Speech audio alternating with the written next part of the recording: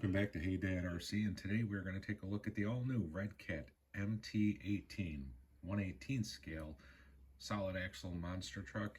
If you guys been around my channel, you know I love monster trucks. I'm really into the small ones as well, so when I knew this one was released, I knew I had to get it, and I know it's going to be slow out of the box, but this thing I think has a lot of good points to it. So without further ado, I think what I'm going to do is pause the camera, we'll take it out of the box, and we'll have a closer look.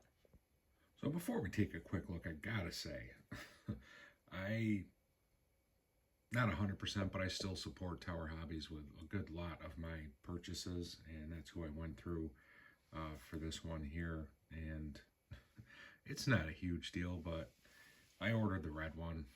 You go back to my order history, it shows I ordered the red one. The shipping invoice in the box says blue. I did contact Tower Hobbies about that just to see if they'd be willing to do anything, but I'm not sending the truck back. Not a huge deal, but come on, Tower. Right out of the box, taking this out, picking this up. This, you know, I have got the Smasher, I've got the TRX4 MT, the 1/18 scale Losi, and this truck feels substantial right out of the box. I mean, it's got some weight to it. It's dampened well, and I gotta say, although I ordered the red one, this blue one is looking sharp. Has the Lawless livery on it, Redcat decals in the back. Before we get into the truck, I'll show you everything that you get in the box. You get a packet with some extra parts. This looks like basically different body mounting options. There's body posts in here, so maybe if you wanted to go a more traditional route with that, because out of the box this is a clipless body system that they have. You get your USB charger to charge the included 2-cell LiPo, and kind of surprised you don't get an actual owner's manual. You get a quick start guide pamphlet, how to charge a battery, how to operate the different settings on the radio, and that's it. Kind of bare bones there, but not a huge deal. The radio here, from everything that I've seen, this is the same radio that you get with the Redcat 1/18 scale Ascent. I've not picked one of those up yet, so I don't know. You've got third channel here switches, which we'll talk about in a minute, and you've got your steering, throttle, reversing switches, and you've also got your buttons to adjust your steering and throttle trims and everything. Plastic wheel radio, but the response feels pretty good, and overall, and your hand feels pretty good. If you've been around this channel before, you know I'm not a huge radio guy. So from my understanding, and if I'm wrong, somebody out there feel free to correct me, but a good part of this is based off of the Redcat Ascent 1/18 chassis, but they changed enough things to make it a true solid axle monster truck, such as there are no portal-lock axles. This is an actual solid monster rig. Watching other videos, I wasn't sure how I felt about the tires. They looked a little off to me, but you know, in person, they look pretty good on here. You know, and this just has the look of a nice retro kind of looking monster truck. The tires feel soft enough for its purpose. There are foams in there. They are glued, so that's nice. And like I was saying, this is a clipless body system. Much like what Losi's doing on their 1/18s, you just have this little swing bar here.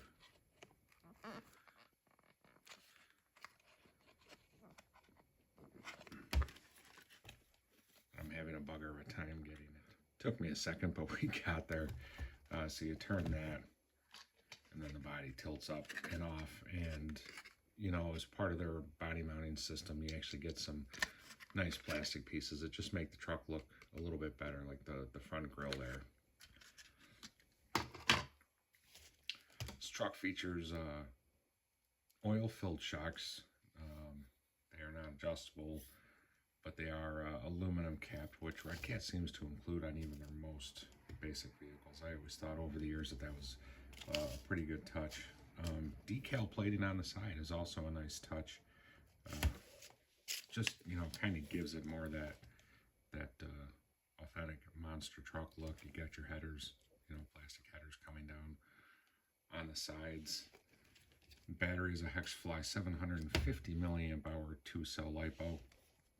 It's been well documented in most other videos that this truck does about 6 miles an hour out of the box, and on this battery is kind of hard to get it to do backflips, and the aforementioned other videos that I've seen, they all say that you can run a 3-cell battery on this, but you know, it's not rated for 3, so you kind of do it at your own risk. I'm a little bit on the fence about trying that out myself. Cost of this truck is $160 plus tax, and I know a lot of other comments on different videos have said, well, that's way too much for how slow this truck is.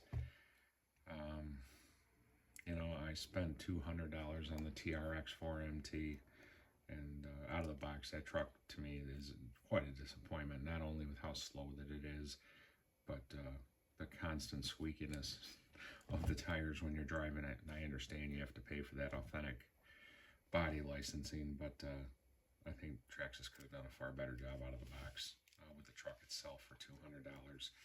And I still have somewhere around here,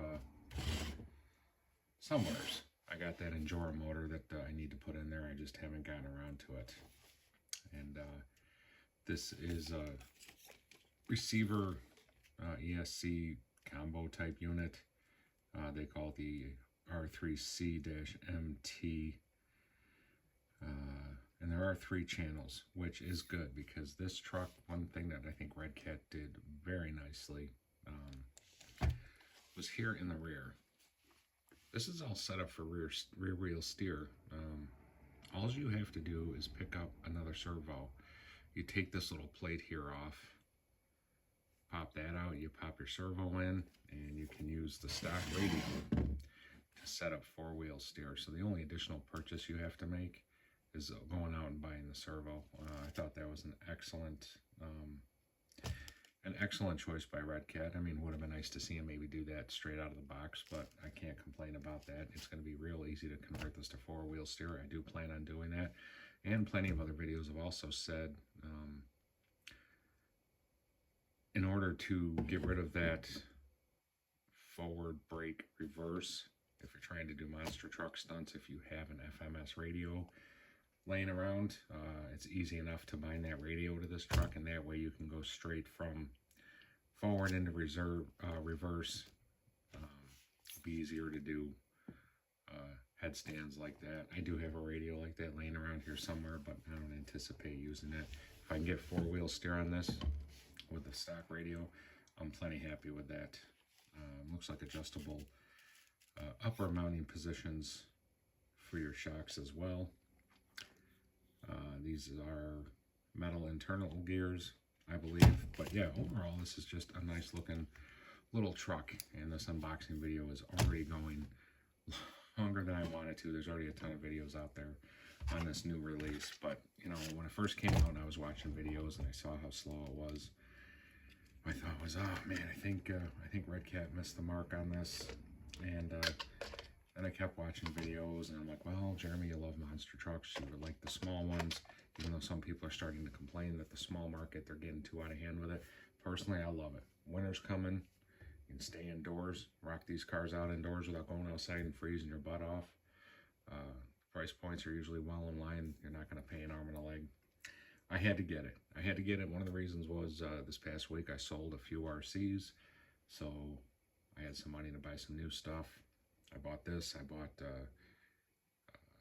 a Tamiya kit, and I went ahead and bought myself a big basher to hang with the guys down at work.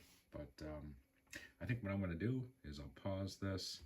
I'll get the battery charged, and we'll do a quick run indoors. And what I'm thinking I'm going to do is maybe on my next video, I'll get the rest of my small scale monster trucks out, and I'll just do a quick video showing you a size comparison, because this one, in comparison to some of the others for what Redcat says is 1/18th, does seem kind of small. So we'll get this charged up. We'll give it a quick run indoors.